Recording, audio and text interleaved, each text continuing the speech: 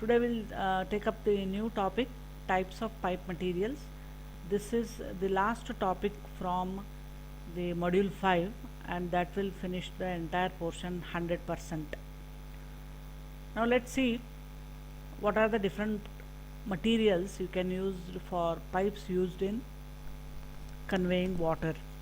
Now depending upon the material used, pipes are of the following types.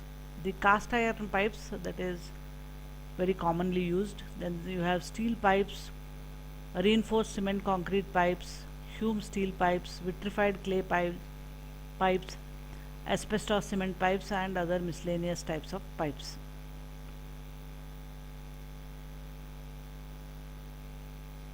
Now, the factors which are affecting the selection of the pipe material is, first of course, is the relative economy. So whichever is cheaper, so depending upon the funds available and depending upon how much economy is desired, you have to see this economic factor and then decide which material is used.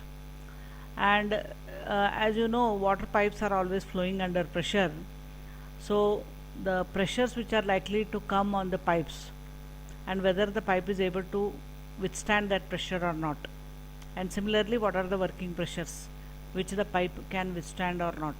So that also you have to consider and then decide which material is to be used or which material is suitable. And then what are the maximal permissible sizes which can be constructed using that material, and whether it is satisfying your requirement or not. And the capacities also, for how much capacity pipe you can have with that particular material. So maximum permissible sizes and capacities, whatever is required, if that material is able to satisfy, then you can use that particular material. And lastly, availability of the material and labor for their construction. So whether that material is available or not, the desired material, and whether the labor which is required for construction of those kind of pipes is available locally or not. So based on these factors, you have to decide which pipe material you are going to use for the water supply project.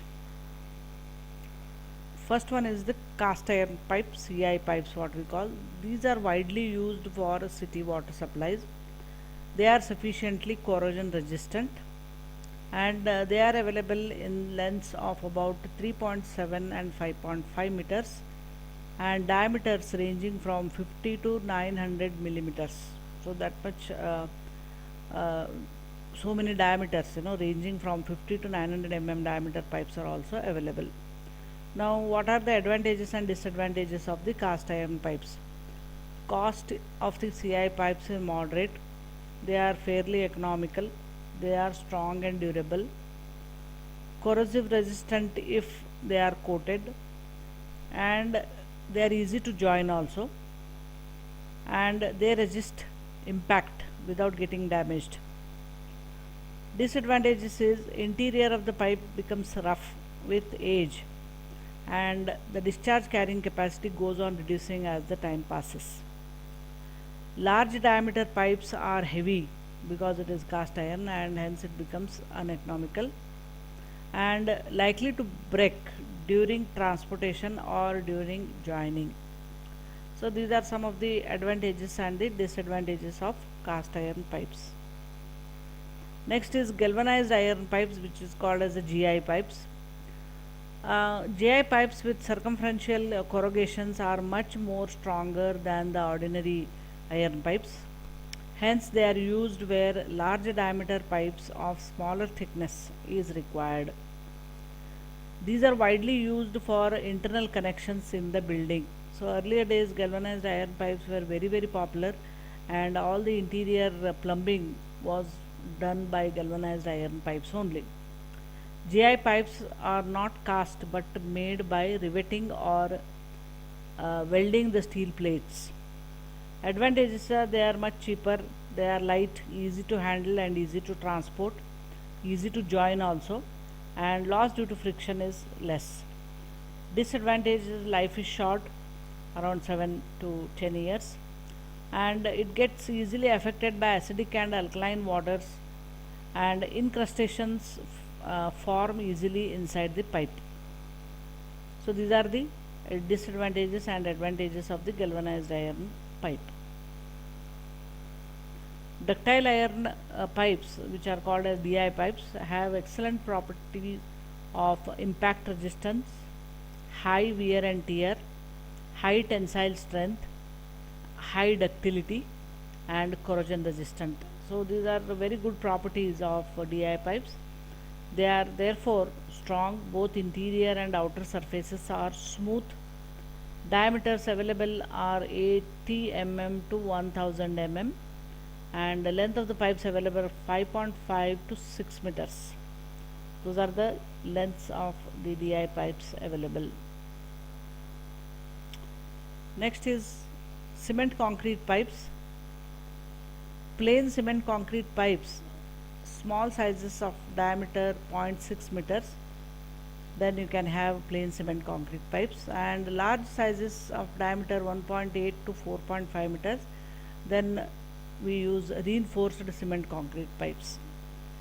Advantages are inside of the pipe is smooth, hence loss due to friction is low. Cement concrete pipes are durable, low maintenance cost, life is very long, resistant external compressive loads.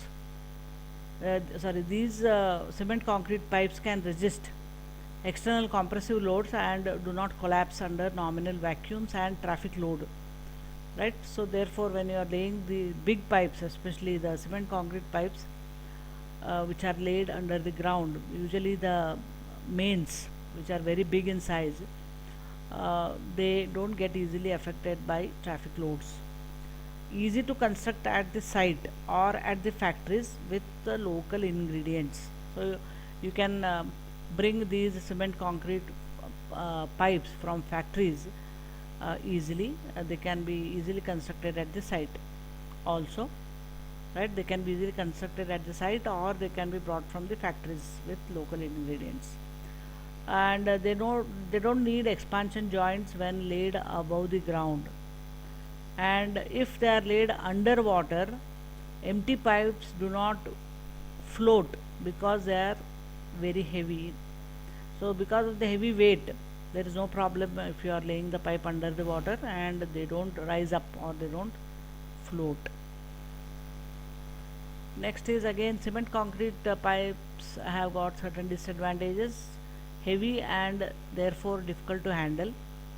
They are likely to crack during transporting the pipes to the site. Repair work is difficult, and these pipes are likely to corrode by groundwater because of the presence of acids, alkalis, or sulfur compounds. Right? If the water is acidic, or it is alkaline, or it contains sulfur compounds, then these pipes are likely to corrode, because it is cement can react with these, right? And they cannot withstand very high pressures. They are difficult to join, and the other problem is they tend to leak because of the shrinkage cracks and the porosity, right? So these are the disadvantages. And then you have vitrified clay pipes. These are used mainly for carrying sewage and drainage, not used as pressure pipes for carrying waters, since clay is very weak in tension and formation of watertight joints become difficult. They are free from corrosion. They provide a smooth, hydraulically efficient surface, and these are available in lengths of about 0.6 meter. That is vitrified clay pipes. And then you have asbestos pipes. Asbestos, silica, and cement are converted under pressure to a dense homogeneous material, and you get what is called as asbestos cement, which is possessing very high strength. And with this, the asbestos pipes are made. And as you know, asbestos has got small fiber, and these asbestos fiber serve as reinforcement. Diameter of the asbestos pipes are 10 to 90 centimeter, and length of the pipe available is 4 meters. They are made in 4 different grades to withstand pressure of 350 kilonewton per meter square to 1400 kilonewton per meter square, and they are used as distribution mains in India and can withstand pressure from 52 to 250 meter head of the water, depending on the type and class of manufacture. The advantages of asbestos pipes are they are light and easy to transport. They can be easily assembled without skilled labor. They are highly corrosion resistant and highly flexible, can allow deflection while laying them around curves, and a deflection of almost 12 degrees also can be allowed. Expansion joints are not required, and they are used as small size distribution pipes. Disadvantages are they are costly, not much strength, they are brittle and soft, they are liable to get damaged by excavation tools or during transportation or transits, right? So well, once the pipes are laid, if some excavation is going on, and because of those excavation tools, if they hit the pipe, they can easily get damaged. They can also get damaged during transportation and transit.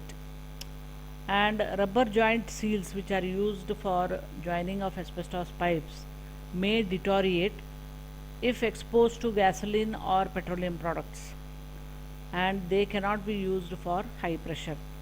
So these are some of the disadvantages of the asbestos pipes. And lastly, polyethylene pipes.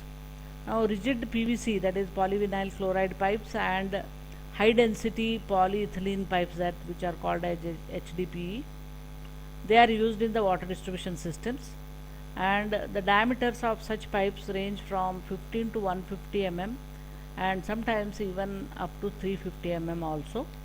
And you have got lot of advantages, and nowadays all interior plumbing is done by these PVC and HDPE pipes. These pipes are rigid and they are tough. These pipe can be joined with detachable joints and can be detached at the time of shifting the pipeline. They are easily detached, you can say, and they can be easily joined also, and easily bent in installation. Eliminates the use of specials like bends, elbows, etc. Easy to carry and easy to install. They are light in weight and can be carried to heights also. They have excellent free flowing properties, non-adherent surface, so that it rejects the foreign material, so it cannot catch any foreign material because it is a non-adherent surface, and definitely anti-corrosive, and friction and and the pressure loss is very less. So these are all the different types of pipes and their advantages and disadvantages. And you can see some photographs. These are cast iron pipes, galvanized iron pipes, and these are ductile iron pipes. These are mild steel pipes, reinforced concrete pipes, asbestos cement pipes. These are PVC pipes, and these are pre-stressed concrete pipes.